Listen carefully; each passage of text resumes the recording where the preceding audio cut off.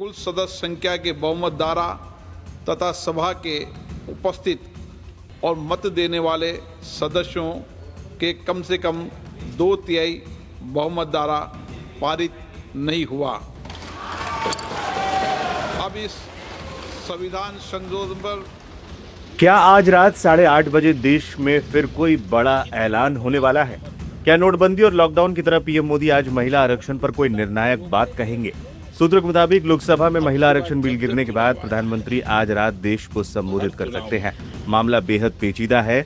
सरकार संविधान संशोधन विधेयक के जरिए लोकसभा की सीटें बढ़ाकर 850 करना चाहती थी, जिसमें से 33% सीटें महिलाओं के लिए आरक्षित होती, लेकिन विपक्ष ने इसे डीलिमिटेशन यानी परिसीमन से जोड़ने का विरोध किया। विपक्ष का तर्क है कि इससे दक्षिण भारत के राज्यों के साथ अन्याय होगा। वोटिंग के आंकड़े शुक्रवार की रात सदन में जो हुआ उसने सबको चौंका दिया। पक्ष में वोट 298, विरोध में वोट 230, जरूरी बहुमत 352, 2/3 बहुमत की कमी रह गई। नतीजा विधेयक गिर गया। इस हार के बाद पीएम मोदी ने कड़ी निराशा जताई और सुरक्षा मामलों की कैबिनेट समिति की बैठक में 2 टूक कहा। विपक्षी दलों को अपने इस फैसले के लिए जिंदगी भर पछताना होगा। बिल गिरने के तुरंत बाद एनडीए खेमे में हलचल तेज हो गई है। बीजेपी नेता जेपी नड्डा, जेडीयू के ललन सिंह, आरएलडी के जयंत चौधरी और चिराग पासवान जैसे दिग्गजों ने बैठक की। रणनीति तैयार है कि 2029 से आरक्षण लागू करने के इस मिशन को आगे कैसे ले जाया जाए। इतिहास गवाह है कि जब भी पीएम मोदी रात 8 बजे आए हैं, देश ने बड़े बदलाव देखे हैं। आज का संबोधन क्या नारी शक्ति के लिए कोई नया रास्ता खोलेगा या विपक्ष पर प्रहार का नया मंच बनेगा? सबकी नजरें टिकी हैं रात 8:30 बजे पर। दूसरी ओर विपक्ष इसे अपनी बड़ी जीत बता रहा है। कांग्रेस महासचिव प्रियंका गांधी वाड्रा ने इसे संविधान और संघीय ढांचे को बचाने वाली जीत करार दिया।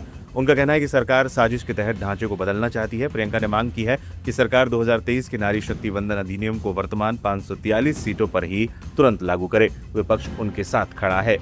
सवाल ये है कि आप लोग कह रहे थे कि ये वुमेन रिजर्वेशन बिल सिर्फ एक ढाल है, पीछे से एक मंसूबा डिलिमिटेशन पास कराना है। अभी भी डिलिमिटेशन बिल के लिए कल जब जो मंत्री किरण रिजिजू है उन्होंने कहा कि बाकी 2 बिल अब मैटर नहीं करता है, इसको हम बाद में पुटअप करेंगे। डिलिमिटेशन की मैं बात कर रहा हूँ। उस पे आप लोग कैसे आगे इसको चीज रखेंगे? हमारा स्टैंड बहुत क्लियर है।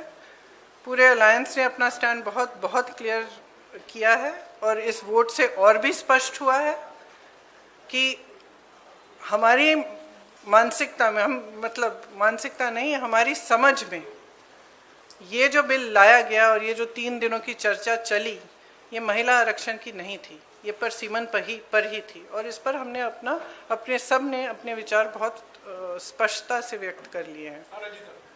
अरे यू सेड टू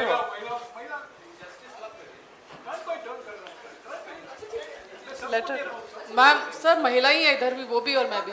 मैम आपने 543 सीटों की आपने कहा कि 543 मौजूदा सीटों पर सरकार दे दे, तो ओबीसी का उसमें प्रावधान नहीं है, एससी एसटी का तो है, तो क्या उसके लिए भी अगर आप नहीं, उसमें उचित प्रावधान बनाया जा सकता है, क्यों नहीं बनाया जा सकता?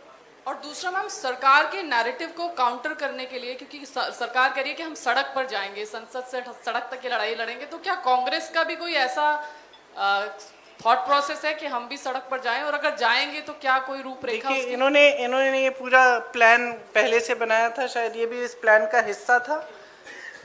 हम अभी कल हमने इनको डिफीट किया है पार्लियामेंट में, हम आज बैठ के हम भी सोचेंगे कि हमें क्या करना है और जरूर करेंगे कुछ। हाँ, प्रियंका जी, सरकार कह रही है कि आप महिला विरोधी है, आप कह रहे हैं कि 543 सीटों पर 543 सीटों पर 33%। मैंने तो लड़की हूँ, लड़ सकती हूँ, किया 40% महिलाओं को उत्तर प्रदेश में लड़ाया, वो अलग बात है कि एक ही जीती उसमें से, वो अलग बात है, लेकिन एक निजाम आपने सेट किया। लेकिन यही सवाल था मेरा कि लड़ाई अपनी जगह है, क्या देश की सबसे पुरानी पार्टी ये कानून लागू हो या ना हो, सबसे पहले ये कर सकती है, ये ऐलान कर सकती है कांग्रेस की आने वाले चुनाव में हम बिना कानून के आए हुए 33% आरक्षण महिलाओं को दे देंगे? देखिए, हमारी आशा ये है कि आने वाले चुनाव में वैसे भी 33% महिलाएं चुनाव लड़ेंगी, और हम कह रहे हैं बार बार, विधेयक लाइए, दोबारा से लाइए, हम उसको पास करेंगे, पारित करेंगे आपके साथ।